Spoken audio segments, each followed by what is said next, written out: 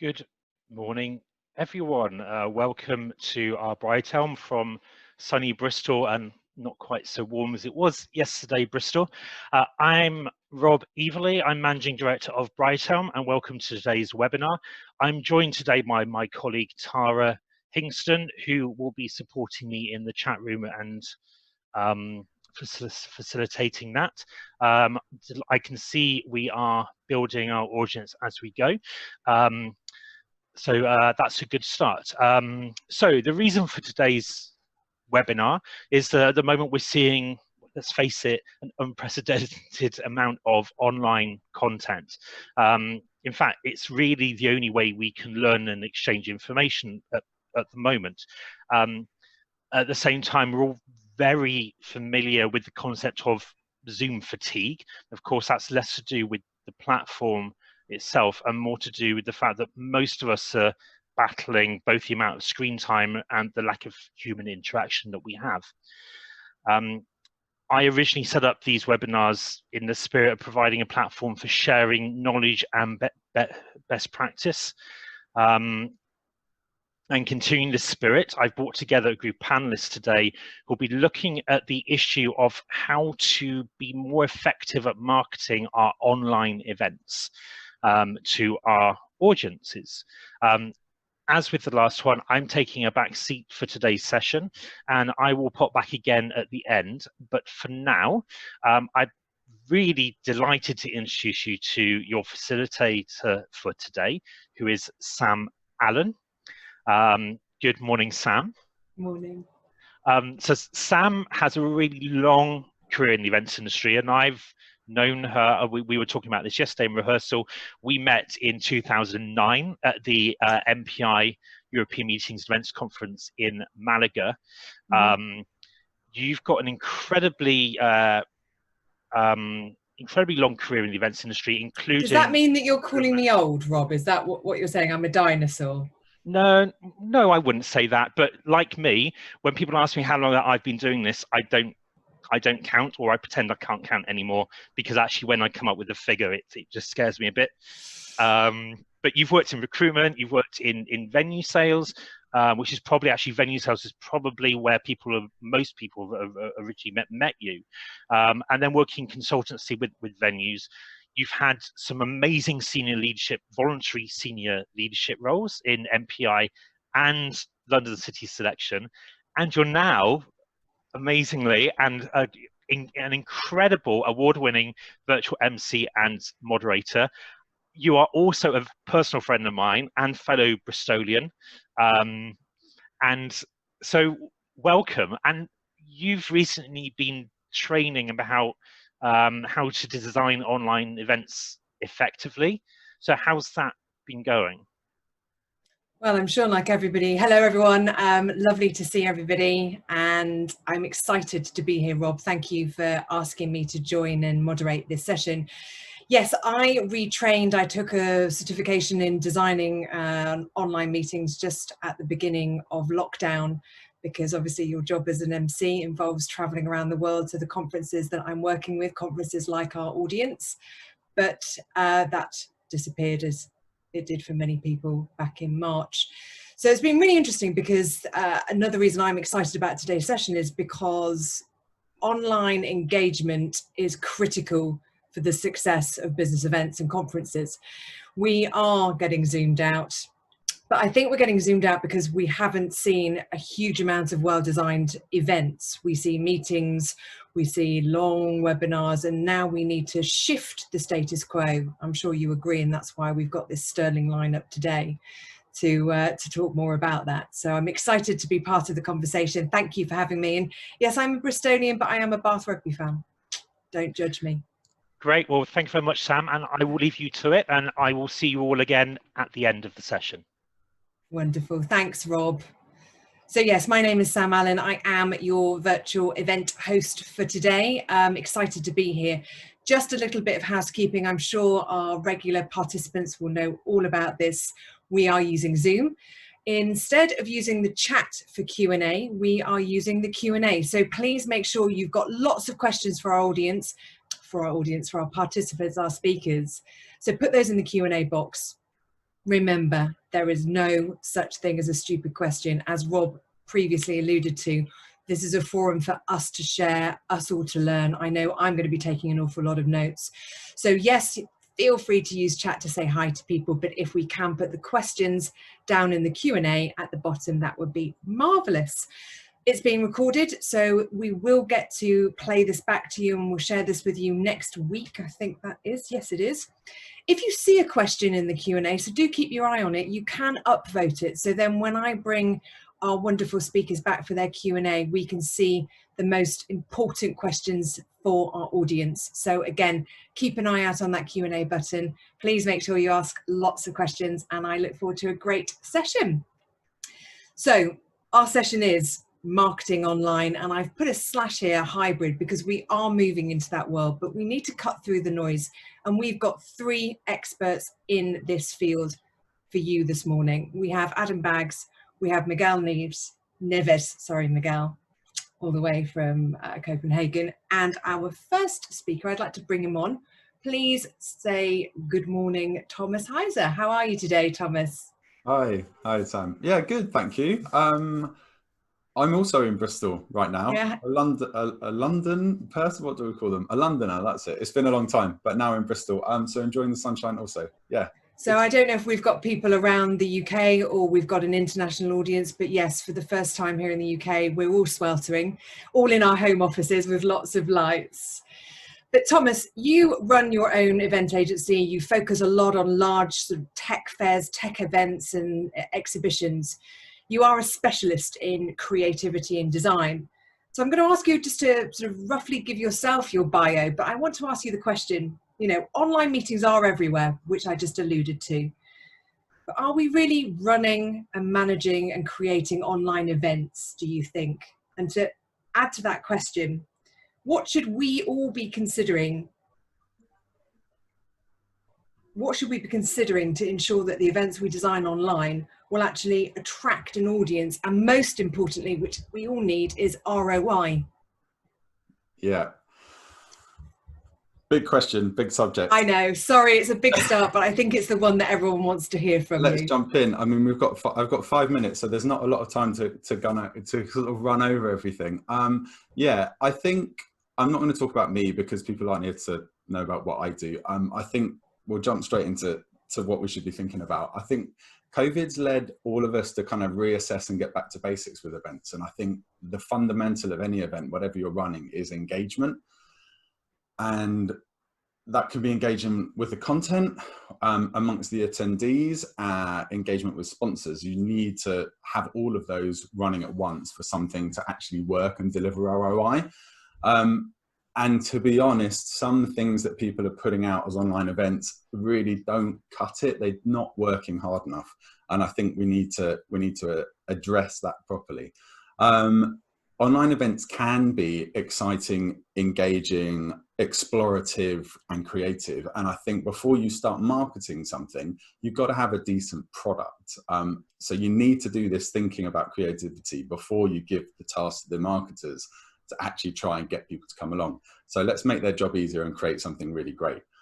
I'm going to stop you there because that's our little taster for your presentation. I'm going to introduce the other chaps before your presentation, but I just wanted to stop on that. Sorry. We've got to think about the creativity before we go to marketing. And I think that's lovely because then we can introduce our next speaker, Miguel.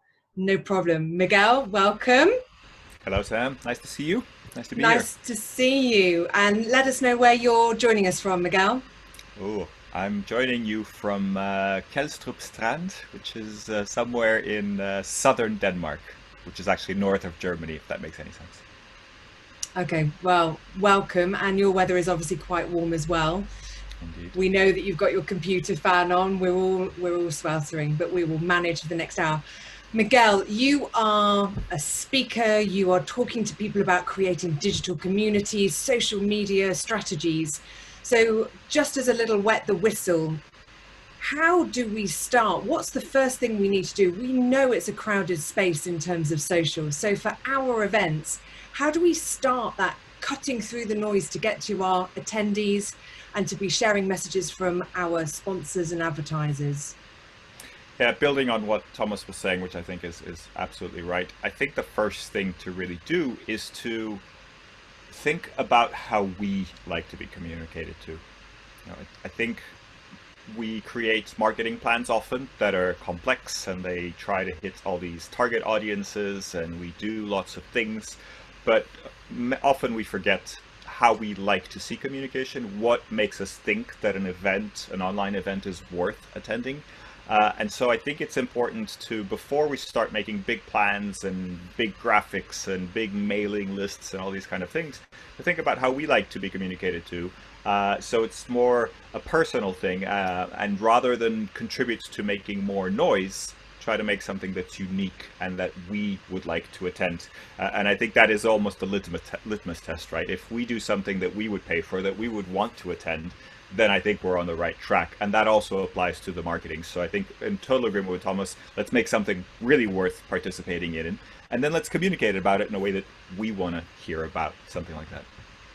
I look forward to hearing more about that. And again, it's that thought muscle that we've got to be doing, that thinking about strategy, which beautifully dovetails to my next speaker. We'll see you shortly, Miguel. Adam Bagg, Soaring Worldwide, welcome. How are you today, Adam? Hey, Sam. Yeah, great. Thank you very much. It's really good to see you. We've got another West Country speaker. Yes, well, yes, I'm hiding away in the Cotswolds, so it's beautiful scenery and all that around me. I'm very lucky. Not a bad spot for spending a little bit of lockdown. No. Adam, your career spans across from working in some of the big event agencies, and most people will know you as event communications, PR strategy, around that whole communications piece, and particularly with our audience today with associations. So sort of to follow on from what Miguel was saying, a comm strategy, making noise, we're told that we should be getting into the press as much as we can to do this. You know, what sort of, again, from your perspective and your expertise, from a press angle, what's that first thing that we should be thinking about? And then we'll hear more from you later. I totally agree with what Miguel and Thomas have been saying so far, but I think first of all, the question everyone actually has to ask themselves is should they be communicating at the moment? Is really thinking about the reasons for communication. There's all sorts of stuff going on in the world. There's so many huge things going on in the media, and a lot of people are, naturally scared about themselves, their families, their friends, and that kind of thing. And so I think we as professionals actually need to say, do people really want to hear from us yet? We've got to have a very valid reason for communicating with them. There's no reason not to communicate, but make sure that reason is valid in the first place. Adam, thank you. I hope that has wet everyone's whistles. It's a phrase, if you're in Europe, you probably won't have heard that one. We are now going to have a series of short little presentations from our experts. There'll be 5 minutes, and then you will get the opportunity to have the Q&A with each one of those speakers, and then we'll bring everybody back together so we have a general Q&A. So don't forget to get those questions in. I'm going to go offline whilst Thomas comes back on and talks about creativity in marketing online events. Thomas, over to you. Thanks, Sam. Right, sorry for slightly confusing the beginning there. Yeah, creativity events, online events, even more essential, I think, that we work out how to make them creative so that we can make them engaging, so that we can market them effectively and actually get people to come along. A lot of people are doing some very simple things, and they're using platforms which just are not working hard enough. And to be honest, it's more than just the platform, it's the creativity. You could create something very exciting on a Zoom meeting, but people aren't. And I think we need to go back to basics and start thinking more in the round about what will encourage someone to come and spend some time in a place online with you. The way I think about it with my clients and on the events I'm working on, I'm just going to start my timer, is with 3 components. The first one is looking at creative content. The second is creative capture. And the third is creative consumption. And if you think about those 3 components when you're doing your planning and looking at what you're going to deliver, you can work creativity into every bit. So what am I thinking about? Creative content, the first section, is what's probably most similar to what people have done in the past with traditional in-person events. So it's looking at the format of your sessions, making sure they involve a lot of different types, looking at the quality, ensuring, especially for digital, that they're extremely quick to get to the point so that they resonate. I think online events, you've got a much smaller window in which to engage your audience. So each session really needs to be hard hitting, addressed to a very targeted audience, and address a specific challenge. And then the content will be engaging. That needs to be really well done. You then, as everyone's been talking about recently, need to think about the scheduling, how you change the flow, the intensity, and the pace. And I think you have to be, you have to acknowledge that people are engaging with your content at home or at work. So build in time for them to do the things that they're going to want to go and do anyway. So I'd add that in as well. Once you've got your content kind of sorted, and I don't want to dwell on that too much because we're good at developing content, I think you need to think about the second component, which is the creative capture. If you're just running something on a very simple platform, when you're just filming people from their homes or their home offices, it's going to be very samey, and there's a lot more that you can do to create a more engaging and live feel for an online event. You wouldn't run a conference with 1,000 people and just have a stage with nothing on it. You'd have some great lighting, music, really great setup and AV and hosting, and we need to be doing the same for online events. So I encourage people to think of an online event more like a TV program. Think of it as a stream of content that people are going to watch, and you want engaging segments of different pace, of different flow, different format throughout the 4 hours of whatever it may be that your conference is running. The way I would recommend you capture that, or the way you might want to consider it, which is what I've seen done really well, is looking at something like a live studio. So this isn't renting a whole venue. You might want to rent a virtual venue. You might want to do it in your association offices, perhaps, and get a film crew to come in. Or you might even, I've done this with a few people, look at engaging a sponsor to host the hub for your production. What that does, using an actual physical space to film and capture your content, gives you so much more flexibility in what you can share and how you can share it. So you can have live hosted presentations. You can pull in remote speakers presenting from wherever they are. You can pull in attendees so they can do live questions or comments or feedback. And once you've got someone doing a kind of a hub recording with a live mix, you've then got a huge creative palette that you can use for your program. You don't have to just do one Zoom presentation after another, and that just won't cut it anymore. So look at your capture, make sure that's creative, and then you can think of where that goes to for your consumption. On that creative bit, have a look at some really good AV partners. They're all moving into live stream. Look at film crews as well, because they've actually been doing live stream for a long time. And get someone that will be creative. Because once you've got your great content and great capture, then you can look at how people will consume it. So that's the last bit. Platforms is what everyone's been thinking of at the moment. I think you need to do the first two bits of thinking first. Work out on the platform how you want people to engage with your content. Because there's platforms that will do all sorts of stuff. You can have live video chat amongst your delegates. You can have Q&As and chats. You can have virtual environments that you walk around to do your networking sessions.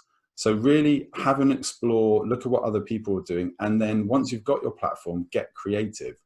Share the ideas of what it can do with your other stakeholders. Let them start to think about things. Get your sponsors involved in being creative with how they'll interact with people on there. And you can build out a really creative platform. The last thing to say, just because it's moving online, don't forget about the physical touch points. It doesn't all have to be online just because it's an online event. You can create experiences to take people offline for a bit, or maybe if your platform works on mobile, you could get them going for a walk, listening to an audio only session, or you could get them doing some cooking together over lunch. Think about the physical environment as well as the online environment. And I've run out of time, so I'm going to wrap it up. But I think if you think about that, if you think about the content, the way you're capturing it, and how you're sharing it with people, you can really get creative. And I think we need to start doing that. Then you can give it to the marketers and their job will be a bit easier. That's me. Well, my Zoom round of applause, Thomas. To do that in 5 minutes is bold and creative in its own right. We've got some questions coming through. I would encourage people to start pinging those questions. Please don't leave them to 11:45 because we'll run out of time, 11:45 UK time, that is. But before I go to the Q&A, you have given us a 5-minute masterclass in thinking creatively about our events. That's when we've actually got those people to the platform, whatever that might be. How do we get them there using that same thought process of creativity in terms of our marketing? So we've got the event designed, we've put those elements in place. So then how do we go back one step or forward one step to sort of link that through to marketing that event? I think for me, there's so many online events at the moment, and I think the first thing, I mean, maybe it's because I'm an organizer, I'm not sure, but the first thing I want to know is what that experience is actually going to feel like. And that is a really strong differentiator for me, and I think for a lot of people, about why should I choose this experience over that experience? And once you've got all of those strong points of creative things that people are going to be doing, it's so much easier to market it. So I think, the methods you use to market can be traditional. I don't think it needs to be that different, but I think we need to focus a lot on the feeling and the experience and the touch points and interaction that we're giving people. And then we'll have loads of different things we can talk about in our marketing. Does that answer? Yeah, totally makes sense. Thank you.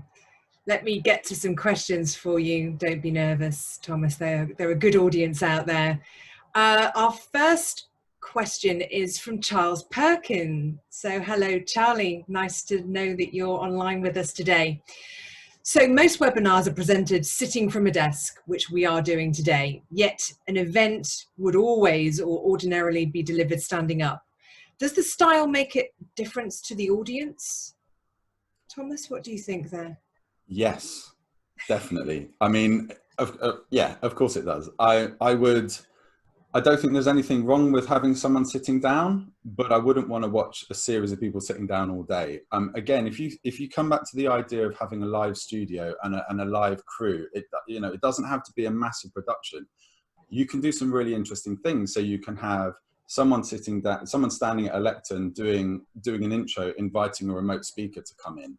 Then you can track them as they walk to another area and sit down and do an informal interview with a sponsor. Then you can come back. We should be doing this. We should be thinking of ourselves as TV producers, creating a stream of content. And once you get into that mindset, you think, oh, wow, we could do some really fun stuff. And again, once you've done that and you've come up with ideas and you've got people to buy into it, it's much easier to market it. And then once you've marketed it, the people that have booked and are coming will get excited, because we need to focus a lot on encouraging people to actually turn up once they've booked. But the content you can share with them about all the fun stuff they're going to be able to get involved in, they will then share. So they can then become your advocates. So it all comes down to having a good product, I think. All comes down to having a good product. Margaret has asked, and I'm going to wait to answer her question, because she's asked about some links to examples, and I think that we may have more examples from Adam and Miguel, so we'll hold that one until later. Uta is joining us. Lovely to know that you're there, Uta. Would you use a trailer, and this will be your last question because I'm conscious of time, would you use a trailer to market events to get the feel of the event, over to the audience, across to the audience? Definitely. I think it's a great idea. I mean, video is massive in terms, as a marketing tool. I think video, sound off with captions, whatever. But yes, to immediately communicate how this is going to feel, definitely. If you can use the place you're actually going to be and you can light it and brand it the same way, start doing that and actually use that as a way to engage some of the people that are going to be in the event. So pull them in remote, get them in person, and run little snippets to give people teasers, because the TV industry have been doing this for years. It works. So yeah, I think definitely. And I will confirm and back that up, Uta. I did that for an association for MPI actually to start promoting their European Meeting Events Conference. So I mean, I was very fortunate as the MC to pop to Seville for a couple of days. Intense filming, but as you said, Thomas, I think there's really important things around content, capture and consumption. And we've got to be thinking like Steven Spielberg. If only, yeah. If only. Thomas, thanks so much. We'll bring you back later to answer a lot more questions. I'm sure they're coming in thick and fast now, thanks to the audience. But thank you for now. You can go and grab a glass of water, cup of tea. Thank you. And I am going to hand over to Miguel. Miguel, you're here to talk about digital strategy, community building, and getting into this crux of marketing. Over to you. Thank you very much, Sam. Hope you can hear me okay. I'm actually going to dare to use some slides, even though I only have 5 minutes, because I think some of them can really help. Although I can't share my slides at the moment. So, Rob, if you would allow me to share my slides, that would be great. Fantastic. Here we go. All right. So I could build my whole presentation on this one slide. It's absolutely my favorite slide. What you're actually looking at here is a visual representation of my LinkedIn network. And the reason I share this slide is I think it's a really good way of thinking about our networks and the communities. And when we're promoting online events, it's super important to make sure that we acknowledge this, that we understand how this works. And this will work in real life. It's just how we interact. And just to explain what the slide is, how it works, every one of those dots is a different person, and I'm the Miguel Neves in the middle of the screen, and you can see that the dots are interconnected with each other. And I love this slide because it also reminds me a little bit of a neural network, of how a brain works, and I think that's how our networks work, whether we're talking about social media or not. I think in real life networks also work very similar to this. And I like to show this because ideally, when you market an event, when you create a piece of content on social media, or when you send out an email, you want the people that receive that message to light up. You want there to be activity in this network. And on social media, you can measure that by sort of the level of likes and views and that kind of thing. And when something really resonates with that community, then they light up, and they're very likely to want to share that, or at least talk about it or do something. And that's really what you're looking for. You're looking for something that makes that community light up. And the thing is, that's probably not going to be just a lot of noise, not a lot of, I'm fully a fan of a great video that sets some anticipation of what an event's going to be, but I've seen some really bad videos as well. So making a video isn't necessarily the answer. It's about making something that really resonates with the people you're trying to communicate with. And I like to split this kind of people into these 3 groups. And this is another slide that I use in a lot of presentations. And I like to think about 3 groups of people that you are connected with. One is your first level of connection, which is your contacts. Those are the people on your mailing lists. Those are the people that follow you on social media. And it can be you or the kind of page or the account of that event or that company. Then you have the wider community, which is more about the people who maybe know of you, know that the event exists, know that the company exists, but they don't know that much about it. They probably need to be, they have maybe some opinions about it, but they wouldn't necessarily know that much about it. And then you have the third one, which is the business universe, which is really the people that don't know anything about you. They don't even know that you exist. And the reason I like to show this slide is because we normally can only really reach the first group. Those are the ones that really know us and that we're in constant communication with. But we want to reach all the other groups, and we can only really do that. Social media is a good way to do that if that initial contact list, if that community really gets excited about what you're talking about. Then if they share, if they like, if they kind of talk about it, then it can reach the other levels, the second community, and potentially the third community. It's the same thing with email, and although email is probably the most direct marketing, the most efficient in getting people to register and getting people to commit, it really only reaches that first level, and very few people will sort of forward an email on to other people. So it's very hard for email to travel in the other direction. But it really, you want to kind of have the message go from group 1 all the way to the right-hand side to group 3, the business universe. And you want to bring that business universe closer to you. So you want to make them contacts. And that's what you're trying to do when you communicate about an event. And I have a short list, and I won't read all these out, but I think when we're marketing online experiences, we need to think about things like Thomas said that are pretty much the same, pretty much the same as real life events. The shared experience, the user experience throughout, the importance of content, and those reasons for participating are probably similar. You want information, you possibly want to network with other people, and you want to be inspired. But then there's a whole bunch of other things that are quite different. And I'm talking here about the overall perception of online events. So a video explaining how it's going to work might be really useful. The level of commitment. People can click on and off your event very quickly. They can teleport almost in and out of your event as they wish. So that level of commitment, we need to make sure to set those expectations. Expected interactions. Is it just going to be speakers talking and that's it? Is there going to be Q&A? Is there going to be interaction between participants? And then there's the travel experience, which is really about, we're not traveling necessarily if it's fully online. So making sure that that experience is simplified and that we take that into account is very important. So when we're marketing online experiences, some things are exactly the same, but some things are different. So we need to adjust the message and how we tell that message to the online events. And I'm going to stop there. I know Sam was just going to stop me, so I'll just put up this slide, which is my contact details. Feel free to contact me if you'd like to talk more about this. And I'm happy to jump to some questions. I'll stop sharing my screen. Miguel, thank you. I nearly didn't stop you because it's a fascinating topic. Now, our audience today, a lot of our audience are association planners, PCOs. I know that you've worked in that space as well. In terms of examples of best practice, have you seen anything that might be able to be shared with our audience on who's done a great job or somebody did something innovative? I think there's some really interesting. So I don't like to focus too much on tools, but the concept, there's a tool I really like called Snowball Events, and it's a tool that really speaks to this idea of working on the influencers and the community that you have. So it's a tool that allows you to, as people register, they actually have a landing page created for them.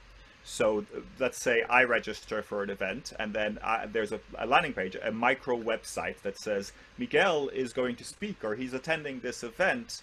And if I'm speaking, it might give some details of the session that I'm doing, right? And then what makes that really interesting is when I want to share about the event, it's much more likely that I'm going to share my cool page that was created just for me than it is that I'm going to share the homepage, because the homepage of the event has to have information for everybody, and that's fine. But I'm less likely as a speaker to kind of share enthusiastically about the homepage than I am to share about a really nice page that talks about me. So what's in it for me is much bigger. And this is an automated tool that does this for all speakers and even all attendees if you want. And I think it really helps to move from that group community that you have to the wider community, and then over ultimately to that wider industry. Thank you, Miguel. You mentioned commitment when you were talking, and obviously I'm spending quite a bit of time emceeing different events, and you watch that participant number rise and fall, and as a speaker or as a presenter or indeed as an MC and an organizer, you sort of worry about that. Is there stuff that we should be doing during the event to keep that engagement going from a marketing point of view? Absolutely. The marketing doesn't end when people buy tickets, right? The marketing should really be all year round, and an event, and particularly an online event, is just one kind of touch point. It's one moment in time of a shared experience.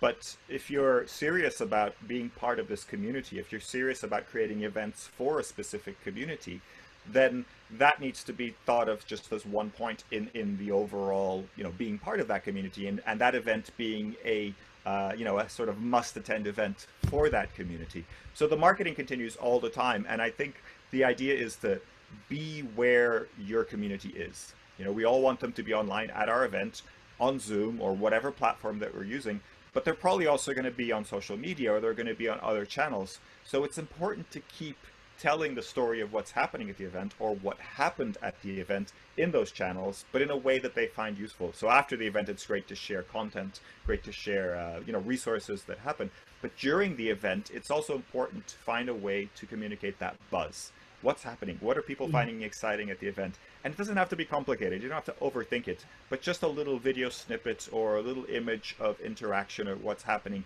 and sharing those.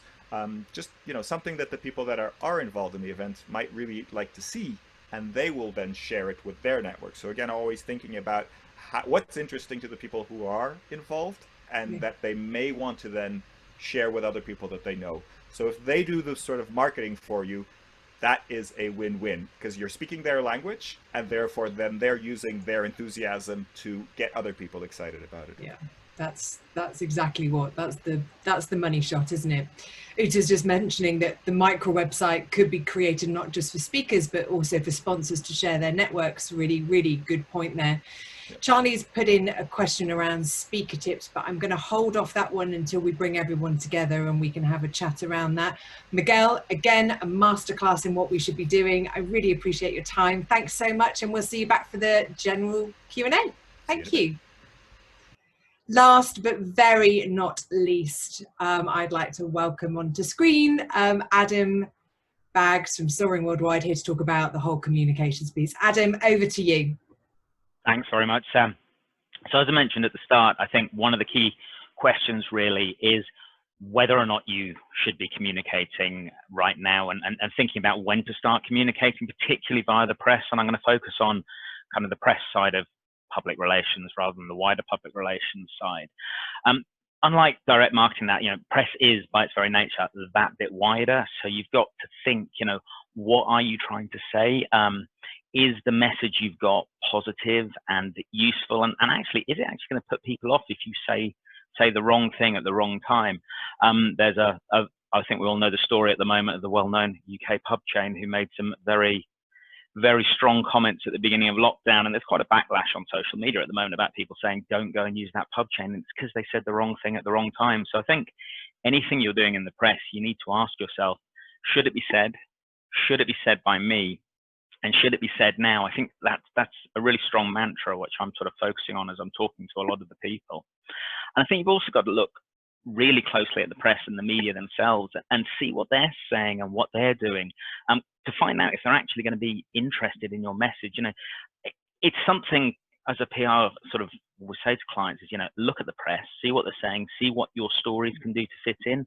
Now that's more important than ever. There's so many of the press are doing so many different things at the moment. In a couple of instances, they're really acting as strong advocates for a whole industry. They're not necessarily focusing on the stories they used to. They're focusing on different things. So get to know the journalists better, see what they're writing, see what they're talking about before you try pitching stories to them, because the last thing you want to do is send over something that's quite irrelevant. I was on a call this morning actually with one journalist, and he's part of an organisation we all probably know in terms of the media, and usually their office has got 20, 30 people in there, and there's now just one guy sitting there managing 5 websites. So it's very different for them, and we, when we're trying to get press stories and messages over to them, have to be really, really conscious of that.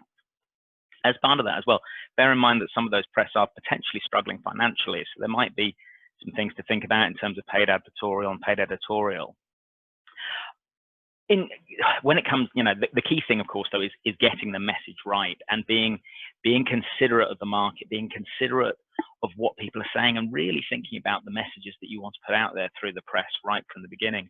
I recently saw a story of someone talking, it was a great piece of research, and they were talking about how maybe we should all be looking for a better work-life balance once lockdown is over, because we've all experienced working from home and all this sort of thing.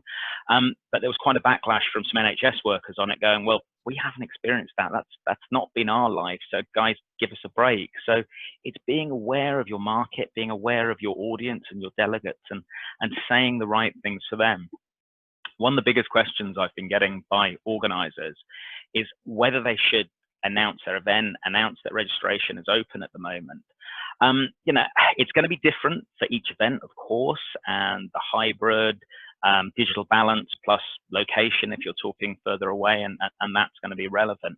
But mostly it's vital at the moment, if you're going to be doing that external kind of press message about launching or announcing an event, is to make sure that your potential delegates are really prepared for, or really confident that you're prepared that things might change.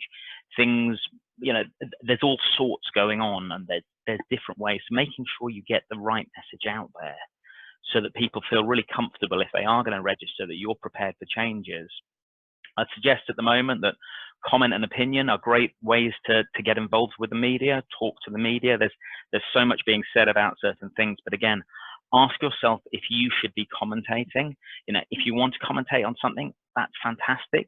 But are you the right person? Do you have the qualifications? Do you have the knowledge? Do you have the experience to stick your head above the parapet and make those comments and say those things? Statistics at the moment are another great way to talk and get things out there and raise your profile a bit. But be aware there's a lot of dodgy statistics out there, and things are changing so fast that some research you did a few days ago, a few weeks ago, is now potentially no longer relevant. So if you're going to do statistics and opinions and comments and ideas off the back of those, make sure they're forward thinking. And finally, because I'm very conscious that we're rapidly running out of time, think about your community. Think about your community through all the press stuff you're doing. That's ultimately your audience. The media is there as a conduit, and you've got to get the balance right between appealing to the media to get a story out there. But ultimately, it's that end audience. You've got to be saying something that they're going to appreciate, something that they're going to want to read about and hear about and really absorb in an effective way. Thank you, Adam, so much. Again, 5 minutes just goes in a flash, doesn't it? I'm going to encourage everybody to have a minute here whilst I ask you the first question, because I've got a burning question for you. Please make sure you pop your questions in the Q&A. Really, really keen to hear your comments, your opinions. No question is a silly question either, so please make sure you start populating those questions for me. Help me. Adam, you were talking about messaging, and I think that's something that in the world that we are in with the audience that we're talking with today, messaging, theming around our events, how do we make sure that's relevant? Because quite often an association event could be planned a year, 2 years out. We've seen the world change beyond recognition in the last quarter. So if we've gone out with a message that suddenly becomes completely inappropriate, how do we manage that from sort of, you know, almost a crisis communications point of view? I think it's really important to be open and honest with stuff like that. I think, you know, I don't think anybody's going to have a problem if you turn around and go, well, something we said a few weeks ago actually all of a sudden isn't right now. It's going to change, and I think that's where we're all fallible, and it's not actually a mistake to do that. Just something's changed and something's moved on. I guess it's been interesting talking to a couple of healthcare PCOs where, you know, some of the research isn't being done this year as it would have done because doctors and healthcare workers are being pulled in a completely different direction. So what they were expecting to deliver and talk about an event in 6 months, they literally can't do. So they're just, you know, they're being honest and saying, we've got to change the plan, guys. And I think people accept that as long as you're honest right from the start with it. You work in the association world, you work with PCOs, you work with association planners. The world of press communications is never an easy one, but in terms of this sort of specialist audience, and without giving away all your state secrets, you know, what are the first sort of 1 or 2 things that we should be doing in terms of having that strategy for press and for communications in our specialist fields of association? I think the really key thing is to appreciate that kind of a lot of us here work in 2 different markets, and particularly in the associations, they're sitting there in whether they're a healthcare PCO, finance, tech, whatever. So they're working in that, but they're also professionals, event professionals, and that side of things. And it's appreciating that their delegates and your delegates, your audience are coming from those markets. It's understanding that media. It's great to understand our event media, and that's really useful, but you've got to understand the media that your delegates and audience are coming from and appreciate what they're talking about. Maybe they don't want to hear, but they almost certainly don't want to hear the details, the minutiae of your event or conference that's coming up, but they do want to hear about the research that's going to be delivered. They do want to hear about the keynote that none of the rest of us have heard here, but to them is the absolute pinnacle of excitement and enthusiasm because that person knows their topics. I think it's really getting to grips with that and making sure that's understood. Thank you, Adam. We've got some questions coming through. Hi, Laura. Thank you so much for your question. What are the key things we need to keep in mind if we have to market a full week of webinars? That's an interesting question. Wow. Again, it's that, I think that's that, you know, fatigue versus excitement versus comms. Yeah, absolutely. I mean, a full week is a lot. You've got to show value. I think that's probably the biggest thing for us all to take a full week out of our schedules.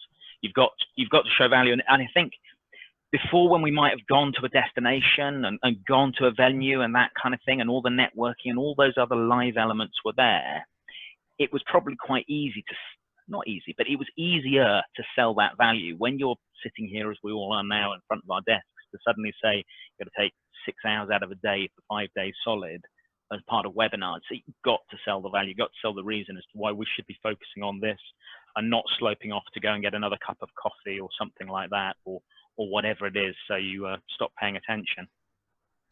I think that's probably a perfect time to bring back our other experts, because I think that's a wider question for everybody to sort of consider, because that's a whole nother question around meeting design. I think there's a lot of forums around sort of thinking about that. Thomas, we're going to bring you back. Hopefully you're still with us. Yes, you are. Okay. Thank you. I'm going to ask you that same question from a design, from one online meeting geek to another. You know, a full week of webinars in terms of keeping the creativity, keeping the excitement, the energy, the marketing. What's your thoughts on that? I mean, I agree, it's a challenge. How do you make that so compelling and an essential participant? You know, I'd say viewing, but we want to become more than viewers. We want to become participants. So how do you make that happen? I'd wonder if it's a full day over 7 days, whatever. That's an awful lot. But I think you go back to basics. You think about the audience. I think that one of the good things on digital is that you can there's no constraints on a venue. So you don't have to say, we've only got 4 rooms, what are the topics we look at? You can actually become quite niche. So you might have a program of 5 days worth of webinars, but actually if you can segment your audience and say, this is addressing a precise problem that this audience has, then maybe that's fine. But you're not trying to get everyone to attend all of them. You're just saying, this is extremely essential for you. This is essential for you. And then look at changing formats, changing pace, all the other things we would do anyway when designing an event, and bring that online. The last thing, for a week of events, you've got a lot of opportunity to actually create a community around that. You've got a lot of people who will be there and dropping in and out of different ones. So look at a platform that will support that community over time, launch it early, get them on there, engaging with each other, finding out who's going to what, and then starting to have discussions around sessions before they even happen. And then it becomes a valuable resource. So yeah, just get creative, broaden it out, broaden the thinking, and add more value. And then it could work. I can see Miguel nodding away there in agreement. Miguel, do you want to add to that? Because I know that you've got quite a lot of experience in this. Yeah, I think the single most important thing I've learned since we started really, marketing online events is that an online event is different in the sense that the event is a guest in people's houses. And that's very different from when you attend an in-person event, right? When you are the guest in a conference center, there's a certain set of expectations. You walk in, everybody's quiet, there's a dark room. We know how that runs. But when you do it online, the event is a guest in people's houses. We are guests in 59 people's houses right now. So we have to behave as guests, and we have to put on a show, much like a TV show, for those people, because we are the guests. And if they don't like what they're listening to, they'll just turn off their computer. It's much harder to do that in a real event where you have to walk up and sort of be a bit embarrassed and sort of do that thing. So it's much, much quicker. So we have to put on quite a show. So if you're going to do something over a whole week or whatever it is, you have to be really, really engaging. You know, I can't think of, we binge watch Netflix shows all the time, right? People like to watch 5 series of Breaking Bad in a record 24 hours, whatever it is. But if you think about how many hours of production goes into making each episode of Breaking Bad, right? Then you have to think, oh, wait, I'm doing an online event where there's just some person talking to a camera on Zoom. It's not quite the same thing, so it's much less likely that somebody's going to binge watch an event for 24 hours. If you can make something of the quality of Breaking Bad or many TV shows that people like to binge watch, then it really doesn't matter when you schedule it. People will stick around and watch it. If you can't, then make sure that you do the best you can and make it as consecrated, as impactful as you can. That would be my best advice. Thank you. And it is also, we've got to remember that this is all about live events, whether, I mean, I hear again, Adam, you can comment on this. We hear in the press, you know, that we're not running live events. We are, this is live. When we're running a meeting, it's face to face. We are just not in person at the moment. But our audience are associations. So we know that there are communities there. And if we sort of take a step back, this potential annual event that a lot of people are organising is that one time that they've got the opportunity to bring that community together. We know as members of associations ourselves how important that annual conference is to physically meet people. How can we create that same excitement that, you know, a wonderful shiny destination might bring, that opportunity to be able to hug that person that you only see once a year? How can we share that excitement in terms of marketing our online activities? So no matter how sort of good that event is, how can we get that excitement going? And I'm going to start with you, Thomas. Oh, it's tricky. I mean, I think we have to work harder, and I think we need to be more creative. How can we get the marketing going? I'm more a production side, so I would fall back to the product and say we need to get that right. I think we should think about the things in the physical world that can bring that community together, because, you know, we all remember where we were when we watched Live Aid, or, you know, people of a certain age. We can create experiences which people can enjoy collectively, even though they're physically separate, physically distanced. But we need to think creatively about how we do that. So we can bring physical elements into their homes and know that everyone is unwrapping something at the same time, or everyone is, you know, there's lots of ideas. We just need to get creative about it. And then when I think you can do that, you can create a sense of unity amongst that remote audience. And then that can go a small way. It's not the same as bumping into people and having a hug, but we can create little touch points that keep it feeling real and keep people engaged. Thank you, Thomas. I've got some questions coming in, so I'm going to hold off coming to you guys on that for a second, because there's some really nice comments here. Carla, hi Carla.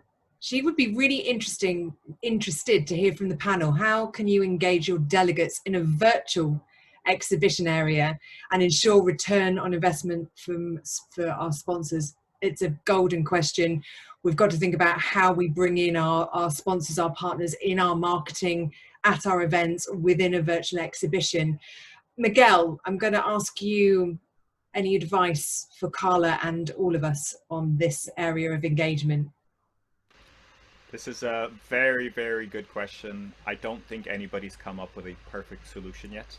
I think the answer, or what I would recommend, is to try and integrate sponsors and partners more into the event, rather than sort of making them exclusively the exhibition area.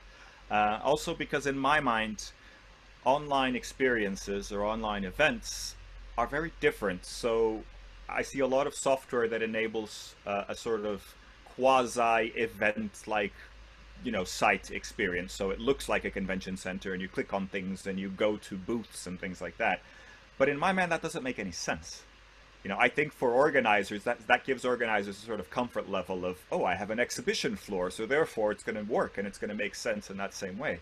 I'll give you a quick example. I was at a demo for a software that will remain nameless, and I was doing one of these, virtual exhibitions. And the way it worked was you went up to a booth and you read a little bit about each company, and then you would sort of tap and say, I want to do a video chat with someone from that company. Now that's great. It's great to have that ability to do that within the software. The problem is that the salesperson, or in this case 2 or 3 salespeople, were busy with other people, and there was a queue of 6 people. Right? So I went to another booth, and then they were busy, and I was 6th in the queue. And I went to another booth, and then I was 4th in the queue, and I gave up, and I ended up not talking to anybody.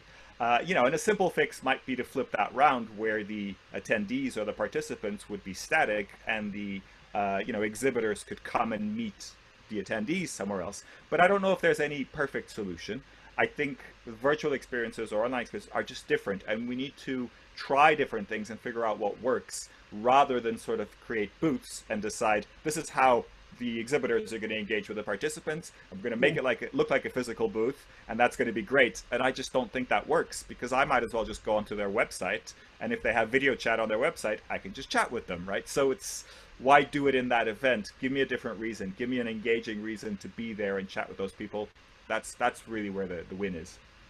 And finally, Adam, I know that you've worked with clients, so you bring sort of your clients and their clients together in terms of press. You know, give us very quickly, because I know that we're going to be passing over to Rob shortly, but we'll come back together for some Q&A after Rob. But Adam, you know, what can we do from a press perspective or from a comms and press perspective, media perspective, to satisfy our sponsors, our partners? Well, I think one of the key things is bringing them in early, getting them involved in the communications right from the start. I think much of what Miguel, well, all of what Miguel said there is right. That trial and error thing, though, at the moment, we're still learning our way through it, making them a part of the content where possible, and really integrating them into a wider, different event. Don't just try and, as you say, take an exhibition and somehow make that work online.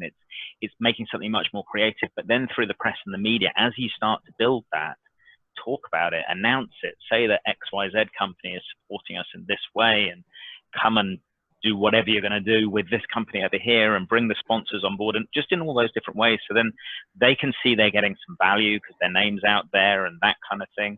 And they're getting their profile raised in as many ways as you can. So you're delivering back to them on their sponsorship.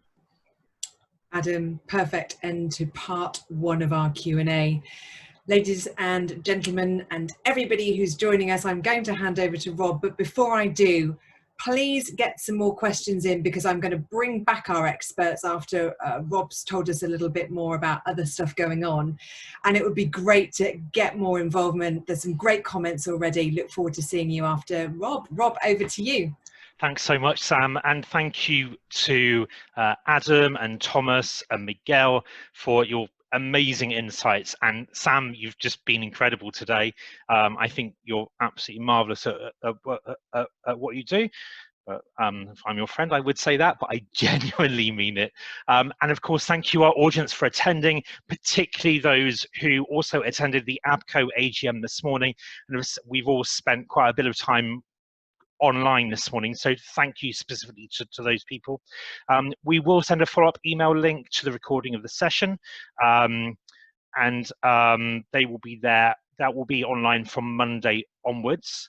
A couple of prompts and forthcoming matters. Many of you will be aware that we have been delivering some online training, a particular course, online introduction to online event management. That's been so successful that we've decided to launch a new company called the Event Training Company, which will be delivering short, bite-sized, vocational-based training to the events industry. And that's across the entire breadth, suppliers and planners alike. We are launching on the 1st of July officially. And if you sign up early, just for updates, you could win £100 worth of free training. So please pop over to eventstraining.co.uk and have a look there, and sign up there, please. The second Friday Club, 4 p.m. on Friday the 10th of July. It's an online speed networking for association employees and leaders who work in events within associations. If you would like an invitation to that event, please email hello@brightelm.co.uk. And just specifically, it is for association employees. And finally, the next webinar will be on the 31st of July. I'm really excited about this. It's going to be an update, a supplier update from some of our key suppliers in the UK on how they are adapting their businesses to a comeback to live events. And it will also include a health and safety update from Rob Howarth, who's a health and safety consultant specifically for the events industry. You can register for that event on the events page at brightelm.co.uk. That's my pitches done. So I'm now going to hand over back to Sam to continue the rest of the Q&A. And we will keep going until around 11:15 at the latest. But I can see we've got a number of questions which need to be answered. So I will hand back to you, Sam. Thanks very much. Thanks, Rob. They all look really, really interesting events, and hopefully I'll get to sign up to some of those in between all the other things that we're doing in this world of online events. Rob, I'm going to keep you on just for a moment because you had a question, I think. I think you naughtily used the chat room. So please have the honour, because you are the organiser of this wonderful event. Ask your question of your panel. That's really kind of you, Sam. I actually sent you a private message because as a facilitator, I can't ask a question. The software won't actually allow me to put a question into the Q&A. So my question to the panel was really, how can we manage our own expectations as planners regarding marketing success for online events? I'm going to start with Miguel, please. So I saw the nod. This is the joy of Zoom webinars. I can see the reactions. I love it. Great question. I would go back to that idea of how do you consume content, right? I think we're really guilty as event planners of putting together events that we would not attend. You know, we have this community of people that we believe will act in a certain way. Let's take, doctors as an example. Oh, doctors are used to being in a long, session of 8 hours in a dark room and reading tiny PowerPoints. And actually, doctors are human too. And if you put on something that's really engaging, that is specific to them and very topical and, with great content, they will probably enjoy that a lot more than, the boring slides and that kind of thing. So I think when it comes to marketing, we need to make sure that we address the human side of things. We need to make sure that we're really marketing to ourselves if we understand that community well enough, or to who, make sure we have somebody who understands the community that we're marketing to and tells you, hey, that's great. You have this great strategy, but that's not going to resonate with these people. What's really going to resonate with these people is this. And that's when you really start marketing, in my view. Thomas, you're nodding avidly in agreement. Have you got any points to add to that? I think I'd touch on the thing about getting the insight from outside voices. I think a big part of this, we're bombarded with I'm doing a new event, I'm doing every day you see another online event. The ones that I look at are the ones that are mentioned by some of the key people that I always follow what they're talking about. And they're not events people, they're just really interesting characters. So flip that on its head. Think about who are the influencers for your audience? And I don't mean celebrity influencers. I just mean, who are the key people? Can you get them on board as a stakeholder in your event to sanity check what you're doing and to help give credibility to the way you're approaching it is correct? And if you can, and if they will then be willing to share stuff, then you can build a strong audience of people who will believe in what you're doing. So I think, get it sanity checked by people that aren't, that are your audience rather than the organizers, and then try and bring them on board as you go to develop the program, because it will be better and your marketing will be more successful. This is where I'd really like to be able to see our audience and ask the question of you guys and say, how many of you are actually actively putting into your strategy influencer marketing? Adam, you're nodding, so just a final point on that one. Are you seeing anyone doing it? Because we hear, again, it's cutting through the noise. We know other industries are using influencers. We see it in the press all the time. What's happening in association and event planning world in terms of influencer marketing? I think it goes on. I think there is I think there's a misunderstanding, and Tom's just touched on what counts as an influencer. I think we need to accept and influence aren't the celebrities and that kind of thing. If you can get someone who's well known within the sector, who's highly respected, to talk about what you're doing, then that's an absolute win. You want those people who are going to be interested and engaging. I recommend to everyone I work with, don't just have a press list and a target delegate list and attendee, also have an influencer list, a group of those people that you want to communicate with. Some people use them to create kind of advisory boards and that kind of thing. Other people just have them out there and they just push content out to them. So those guys will say, yeah, I'm going to sign up to that. There's a number of association websites. Like, you know, someone says, oh, are you going to register for that event? When you go on and look at the registration page, it tells you who's already registered. And there's certain people, I'll look down the list and go, oh, she's going, he's going, I'm definitely going, because if they think it's worth attending, then it's 100% worth attending. So again, association world, we have ambassadors. We use those for in-person events. How can we work with our ambassadors, and maybe even our, you know, I'd like to put this question, even to our destinations that we were perhaps, you know, working with and we're still in partnership. How can we work with those influencers to sort of really generate a bit of buzz and excitement? Miguel? I think it's all about answering that key question, what's in it for me, right? I think I like the idea of working with influencers, but I think sometimes there's an expectations that influencers, or, you know, key opinion leaders, whatever you want to call them, people that in that community whose voice is heard or cuts through the noise, that they will kind of talk about or promote in some sense whatever we want them to. And that's not always that linear. You have to make sure that there's a level of, we think that this is something interesting for you.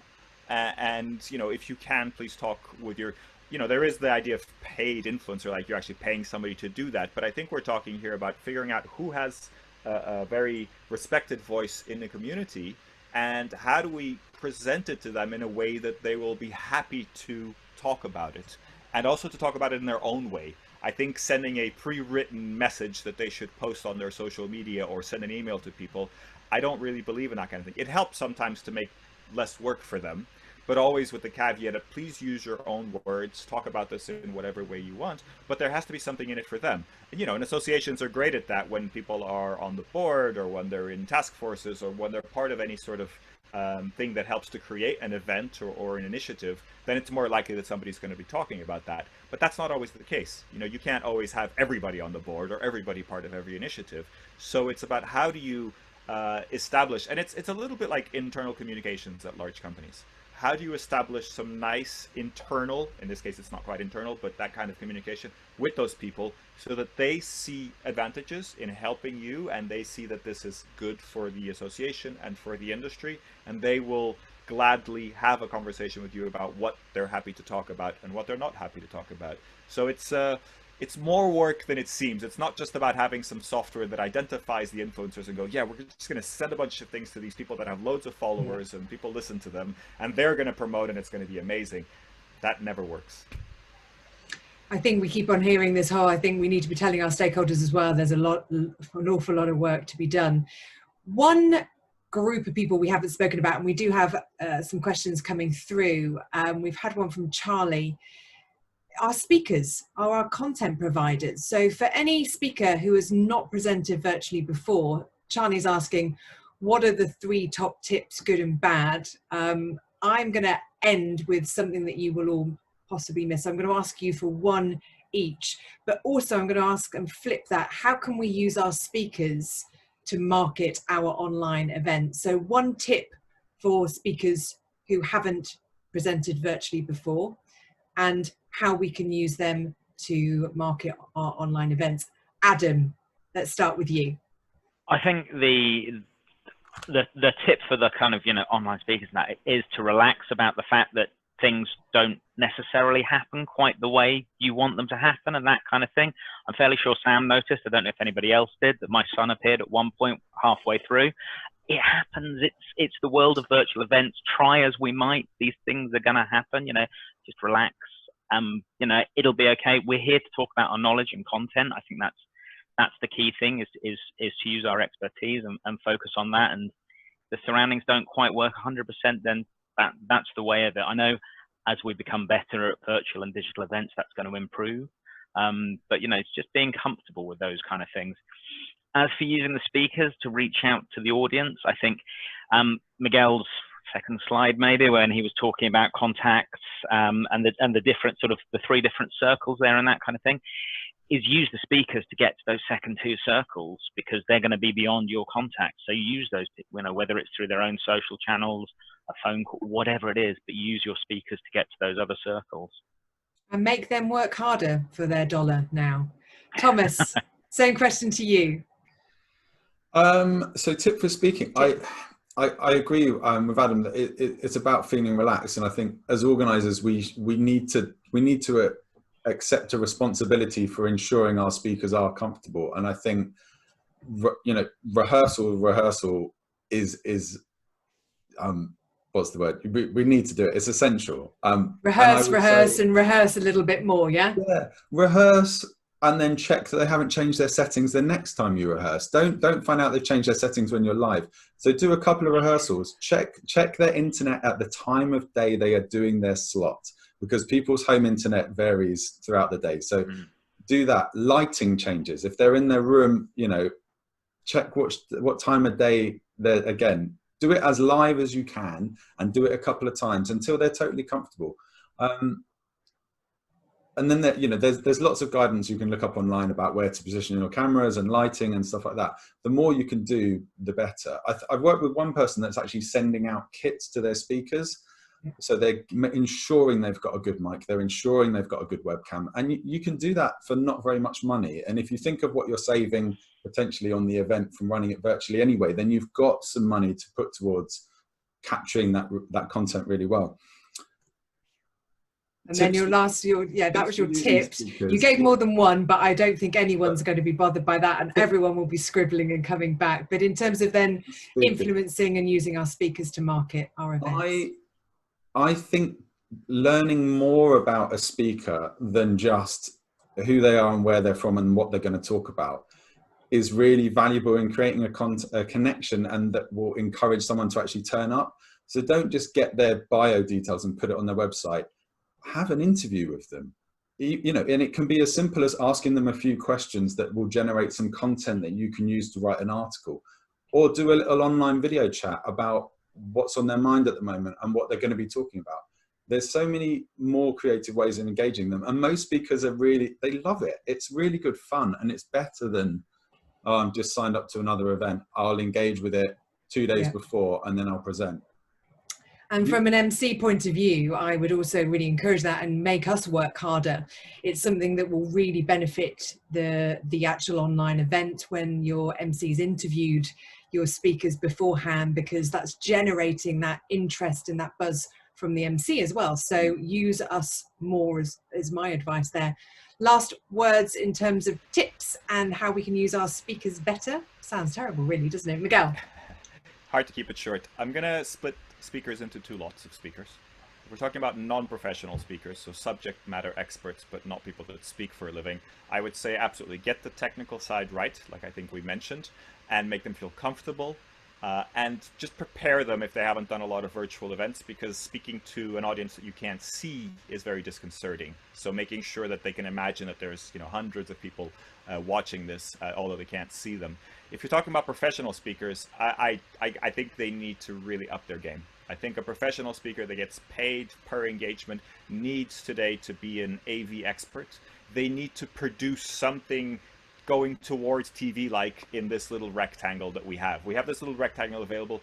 We can put whatever we want on here if we have the technical know-how, and we don't need, very expensive studios. We can do a lot within our computers. So I really think that people who are paid to speak and have, there's a certain set of expectations, and the more you can wow the audience, the more they're going to stick around and listen. Of course, the content has to be great, but you're now an AV technician, a producer, and a speaker, and there's no getting away from that. As for tips to using speakers, I love a good speaker preview video. As Thomas said, an interview could be fine. What I find most of them miss is the context. A lot of these videos talk about who the speaker is and that they're speaking at this event, and it's very kind of light. And I find what's really missing is context.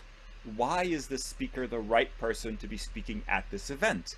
And that is something that is so important, because if I understand that context, then I am willing to pay or register to get the content. It's not about a content preview, it's context. It's explaining why should I listen to this person. If you do a great job of that in a 1-2 minute video, then I'm hooked. Then I'll register, I'll show up.